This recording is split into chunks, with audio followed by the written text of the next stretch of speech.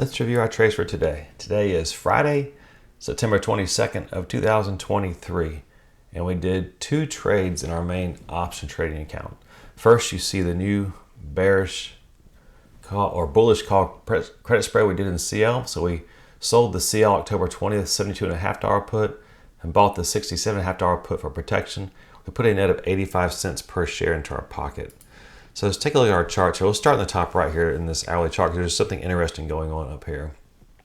So notice that after Colgate broke through kind of this red 200 moving average and green 200 moving average, it then traded below both of them. But going back several weeks, it's now been kind of just forming a nice little belly here.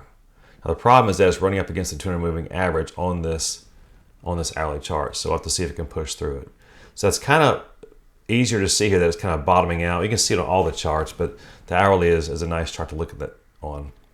So now on our bottom left, the daily chart, we see that Colgate CL has come down. It's kind of been consolidating, going back, let's see, really going all the way back to, what is it? That's middle of August. So for about a month, it's kind of just been stuck in this little range between 75 and around 72.40, 72.30.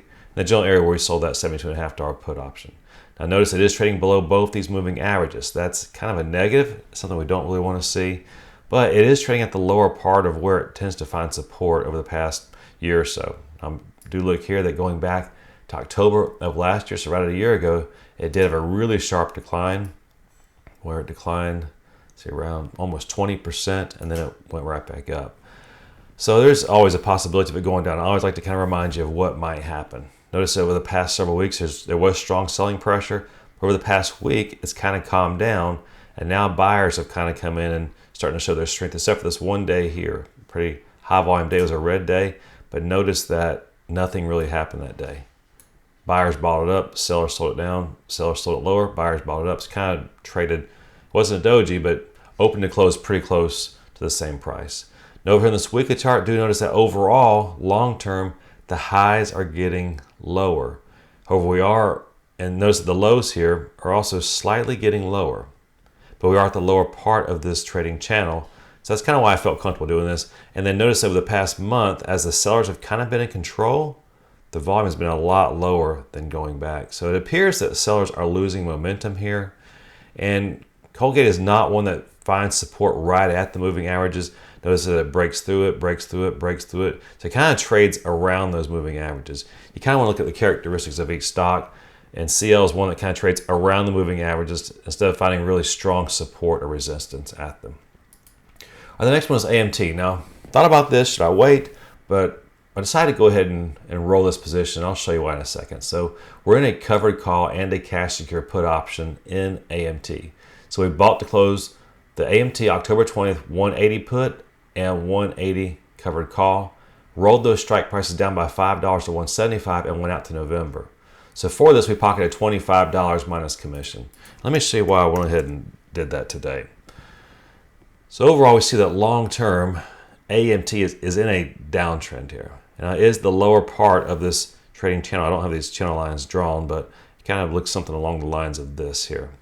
And it is at the lower part of this trading channel. So it wouldn't surprise me at all if it bounced back up, but it is an overall downtrend. You can see that here on the hourly chart. I kind of have that trend line drawn wider here.